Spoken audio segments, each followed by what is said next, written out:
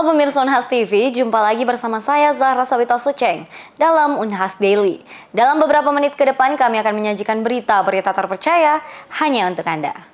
Penetapan Presiden dan Wakil Presiden terpilih 2024, Prabowo Subianto dan Gibran Rakabuming Raka, tuai komentar yang beragam lantaran perbedaan sikap yang ditunjukkan oleh kedua calon presiden lainnya. Anies Rashid Baswedan bersama wakilnya Muhaimin Iskandar terlihat hadir dalam rapat pleno yang digelar pada 24 April 2024. Sedangkan Ganjar Pranowo dan Mahfud MD tidak hadir dalam rapat tersebut dengan alasan tidak mendapat undangan dari KPU. Lantas, apakah benar hal tersebut yang menjadi alasannya? Simak berita selengkapnya untuk Anda. Baru-baru ini Komisi Pemilihan Umum menetapkan Presiden dan Wakil Presiden terpilih 2024. Yakni Prabowo Subianto dan Gibran Rakabuming Raka. Penetapan dilakukan melalui mekanisme rapat pleno terbuka, digelar di kantor KPU RI, Jakarta Pusat pada Rabu 24 April 2024. Ada yang kurang lengkap pada penetapan Presiden dan Wakil Presiden periode 2024-2029 di KPU kemarin. Ganjar Pranowo dan Mahfud MD tidak hadir. Sementara Anies Baswedan dan Muhaimin Iskandar hadir dalam penetapan tersebut. Rapat pleno ini digelar 2 hari pasca sidang putusan sengketa hasil Pilpres 2024 di Mahkamah Konstitusi. Berdasarkan klarifikasinya, Capres nomor urut 3 Ganjar Pranowo mengakui tidak mendapat undangan rapat pleno penetapan Prabowo Subianto. Namun hal tersebut langsung ditepis oleh Ketua Divisi Teknis KPU Idam Holik, yang menyebutkan KPU memastikan pihaknya telah mengirimkan surat undangan kepada Ganjar Mahfud. Ida mengatakan ada 2 metode yang digunakan KPU dalam mengirimkan surat undangan kepada pasangan calon. Dia menyebut 2 metode itu berbentuk surat undangan fisik dan surat undangan digital. Dirinya bahkan mengaku sempat berkomunikasi dengan LO dari Ganjar Mahfud. Menurutnya undangan sudah tersampaikan dengan baik. Hal tersebut pun menimbulkan beragam tanggapan lantaran sikap yang ditunjukkan oleh kader PDI Perjuangan tersebut. Bahkan tidak sedikit yang mengatakan sikap yang ditunjukkan oleh Capres nomor urut 1 dan Capres nomor urut 3 adalah turunan dari partai masing-masing. Ya, kita tidak bisa berkesimpulan seperti itu, tapi menilik proses yang terjadi bahwa PDIP masih mengajukan gugatan hukum. Tentu kandidat-kandidatnya wajib menghargai sikap partai pendukung, gitu ya. Walaupun sebelumnya sebenarnya saya rasa Ganjar dan Mahfud justru malah lebih dulu kan memberi ucapan selamat setelah penetapan MK itu, mereka juga hadir di situ. Dan ada beberapa alasan, saya baca di rilis berita, misalnya Mahfud mengaku terlambat menerima undangan, tapi kita bisa mengkorelasikan bahwa memang kemungkinan besar karena mereka masih terikat atau terkait dengan kebijakan partai, tentu sikap PDIP yang mengajukan gugatan itu tentu harus dihormati oleh kandidat-kandidat capresnya, karena kalau mereka datang bisa saja itu berarti sebuah bentuk pengakuan terhadap kemenangan Prabowo, padahal di sisi lain partai sedang mengajukan gugatan, gitu ya. Memang berbeda dengan sikap yang ditunjukkan oleh yang kita bisa baca dari kehadiran Anies Baswedan dan Caimin pada pelantikan itu, lalu kemudian penerimaan yang ditunjukkan dalam pidato Surya Paloh dan keterbukaan Partai Nasdem dalam menerima hasil MK, ya. Saya rasa memang ada perbedaan di situ antara PDIP dan kandidat 03 dan 01, gitu ya. Kandidat 01 cenderung lebih akhirnya lebih bisa menerima, sementara kandidat 01 karena juga masih terkait dengan sikap partainya, tentu mereka tidak boleh menunjukkan sikap yang bertentangan dengan partai, karena ini juga terkait masalah etika politik dan segala macam, gitu. Saya rasa itu yang kita bisa kaitkan dari situ, gitu. Dugaan tersebut semakin menguat ketika Partai Nasional Demokrat atau Nasdem menjadi partai pertama yang bergabung dengan pemerintahan Presiden terpilih Prabowo Subianto dan Gibran Rakabuming Raka. Hal ini diungkapkan langsung oleh Ketua Umum Nasdem usai bertemu Prabowo di Jalan Kertanegara nomor 4 Jakarta Selatan pada Kamis sore 25 April 2024. Nasdem menyatakan kembali menegaskan mendukung pemerintahan baru di bawah kepemimpinan Prabowo Subianto. Berbeda dengan PDIP yang melayangkan gugatan terhadap Komisi Pemilihan Umum atas dugaan perbuatan melawan hukum di Pemilu 2024 pada Selasa 2 April 2024. Ketua Tim Hukum PDIP, Gayus Lumbun, meminta KPU untuk menunda penetapan hasil Pilpres 2024. Menurut Gayus, penetapan Prabowo Subianto dan Gibran Rakabuming Raka sebagai presiden dan wakil presiden terpilih sebaiknya menunggu putusan gugatan yang diajukan PDIP tersebut. Namun lagi-lagi hal tersebut disanggah oleh Idam Holik yang menegaskan tidak ada lagi lembaga peradilan yang bisa membatalkan penetapan Prabowo Subianto dan Gibran Rakabuming Raka sebagai presiden dan wakil presiden terpilih setelah putusan Mahkamah Konstitusi. Dia merespon desakan dari PDIP agar penetapan Prabowo Gibran ditunda lantaran gugatan mereka di Petun Jakarta masih berproses, sehingga kondisi tersebut dinilai tidak tepat. Rahmatia, Unhas TV. Pemirsa, dalam beberapa minggu terakhir, Singapura dihebohkan oleh penyakit mematikan yaitu flu Singapura. Virus mematikan ini telah menyebabkan kekhawatiran di kalangan masyarakat, serta menuntut respon yang cepat dari pemerintah. Mari mengenali flu Singapura lebih jauh bersama Guru Besar Departemen Epidemiologi Universitas Hasanuddin. Flu Singapura merupakan salah satu penyakit yang disebabkan oleh infeksi yang sangat menular. Gangguan ini disebut juga dengan penyakit tangan, kaki, dan mulut. Flu burung Singapura ini merupakan siklus tahunan yang akan terjadi sepanjang masa. Sifat virus dari flu Singapura ini masuk melalui sistem pernafasan, kemudian masuk ke siklus peredaran darah. Penyakit ini lebih banyak menyerang kelompok anak dan balita, meskipun juga bisa menyerang kelompok usia dewasa. Gejala yang ditimbulkan dari penyakit ini yaitu melepuh pada daerah kulit, tangan, kaki, dan pada sekitar mulut. Selain itu, lesu, lemas, lemah, dan bercak pada tangan, kulit, dan mulut juga menjadi gejala dari penyakit flu Singapura ini. Baik, terima kasih. Selamat pagi untuk seluruh pemirsa.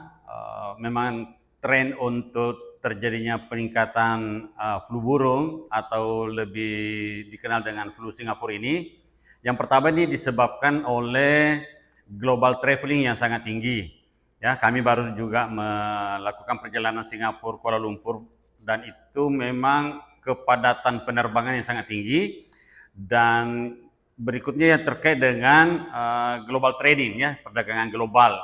Kemudian global warming, ya, perubahan iklim. Kemudian degradasi alam serta layanan kesehatan.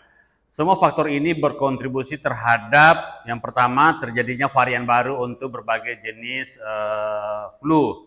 Dan flu Singapura ini yang pertama ini banyak menyerang pada kelompok anak, balita begitu. Kemudian biasa juga disebut dengan flu mulut, kulit, tangan atau kaki. Profesor Ridwan menyebutkan bahwa flu Singapura ini gejalanya relatif ringan, tetapi daya tularnya yang cukup tinggi. Maka dari itu perlu kewaspadaan dengan cara mengurangi perjalanan pada area merah, spot wilayah-wilayah termasuk Singapura dan wilayah perjalanan destinasi turis. Ia juga menyampaikan bahwa kita boleh saja melakukan perjalanan, tetapi tetap memperhatikan kebersihan, protokol kesehatan, serta menggunakan masker selama perjalanan atau penerbangan. Pengobatan dari kasus flu burung Singapura atau flu Singapura ini bisa dilakukan sesuai dengan gejalanya atau yang lebih dikenal dengan pengobatan simptomatik. Andrea Ririn Karina, Unhas TV. Musyawarah Kota ke-8 tahun 2024 Perbakin Kota Makassar baru saja digelar setelah kemarin sempat mengalami penundaan pada November 2023. Kegiatan ini dihadiri langsung oleh Ketua Perbakin Kota Makassar, Sekretaris Umum Pengurus Provinsi Perbakin Sulawesi Selatan, dan Ketua KONI Kota Makassar. Musyawarah Kota ini menjadi tonggak awal dalam pengembangan olahraga menembak di Kota Makassar. Musyawarah Kota Muskot 8 2024 Perbakin Kota Makassar telah sukses terselenggara dengan antusiasme yang tinggi dari para pelaku olahraga menembak. Kegiatan ini dihadiri oleh 18 shooting club yang ada di seluruh kota Makassar, dan kegiatan ini berlangsung Sabtu 27 April 2024 bertempat di Unhas Hotel and Convention. Dr. Insinyur Syahriadi Kadir MSI, selaku Ketua Panitia Pelaksana, menggarisbawahi pentingnya muskot sebagai tonggak penting dalam perjalanan perbakin kota Makassar. Dalam sambutannya, beliau menegaskan bahwa kehadiran para shooting club ini menjadi bukti komitmen bersama dalam memajukan olahraga menembak di kota Makassar. Kombes Pol Heru Novianto SIK Mhan, selaku Ketua Perbakin Kota Makassar dan Dansat Brimob Kota Makassar, menyoroti pentingnya muskot dalam menentukan arah kebijakan pedoman untuk 4 tahun ke depan. Fokus utama saat ini adalah persiapan atlet menuju PON dan pencarian bibit atlet baru yang berkualitas. Pertama kita mengucapkan selamat hari ini Perbakin melaksanakan musyawarah kota, dan ini menjadi bagian penting, salah satu agenda penting dalam pengembangan organisasi. Perbakin ini salah satu dari 10 cabang olahraga prioritas yang ada di KONI Kota Makassar. Indikatornya tentu adalah pencapaian prestasi pada berbagai event maupun multi event yang dilaksanakan oleh dan diikuti oleh KONI Kota Makassar. Misalnya di Pekan Olahraga Provinsi, kemudian pelaksanaan Pekan Olahraga Kota, dan nanti tahun ini mendekati pelaksanaan PON. Kalau kita lihat grafiknya, prestasi Perbakin ini semakin meningkat. Karena itu tentu saja KONI punya kewajiban untuk terus memberikan support dan perhatian terutama kepada cabang olahraga yang terus meningkat prestasinya, termasuk Perbakin ini. Dan insya Allah ke depan program integrasi yang kita bangun bersama dengan Pak Ketua Perbakin untuk pengembangan olahraga menembak ke depan ini itu sudah menjadi catatan di KONI Kota Makassar, dan itu bagian daripada program kita. Mudah-mudahan kita bisa terus melahirkan event-event berkualitas, pembinaan atlet, melengkapi sarana dan prasarana yang kita punya, sehingga terus kita bisa menjaga standarisasi prestasi yang kita punya. Ya, yang jelas kami sebagai Ketua Perbakin Kota Makassar mempunyai program untuk bagaimana melahirkan atlet-atlet yang akan muncul baik di tingkat kota, provinsi maupun di tingkat nasional. Ada beberapa yang akan kita targetkan. Dengan adanya muskot ini kami akan merancang kira-kira apa yang akan kita munculkan di tahun ini untuk mencapai target kami, yaitu mencetak atlet baik di tingkat kota, provinsi maupun di tingkat nasional. Ya, harapan dengan muskot ini kan kumpul dari klub-klub Perbakin yang ada di Kota Makassar. Ada perwakilan dari masing-masing ini, mereka akan duduk bersama dengan kita bagaimana merancang ke depan, setahun ke depan kira-kira apa yang akan kita lakukan. Nah, ini dengan adanya musyawarah ini kita merumuskan untuk ke depan. Tentunya kami sudah ngobrol dengan Ketua KONI. Tentunya Ketua KONI sudah mensupport. Ayo Pak Dansat, kalau mau kita gas, kita gas. Nah, ini insya Allah bisa terwujud dengan adanya muskot ini, dukungan dari Ketua KONI, lahir atlet-atlet baru kita. Ya. Sementara itu, Sekretaris Umum Pengurus Provinsi Perbakin Sulawesi Selatan, Iksan Esos MSI, mendorong pengurus terpilih untuk segera menyusun struktur kepengurusan yang baru. Dirinya juga menekankan pentingnya kelangsungan kegiatan intensif di Shooting Club Kota Makassar agar tidak terjadi kekosongan dalam pembinaan atlet. Ahmad Susanto Eskep SAP Ners Mkes MH, selaku Ketua KONI Kota Makassar, mengapresiasi pencapaian Perbakin Kota Makassar dalam meraih posisi 3 besar dalam perolehan medali terbesar di Sinjai. Hal ini menunjukkan hasil dari pembinaan yang intensif dan terintegrasi terhadap atlet, yang telah menghasilkan total 177 medali. Baik, terima kasih dari Unas TV. Ya.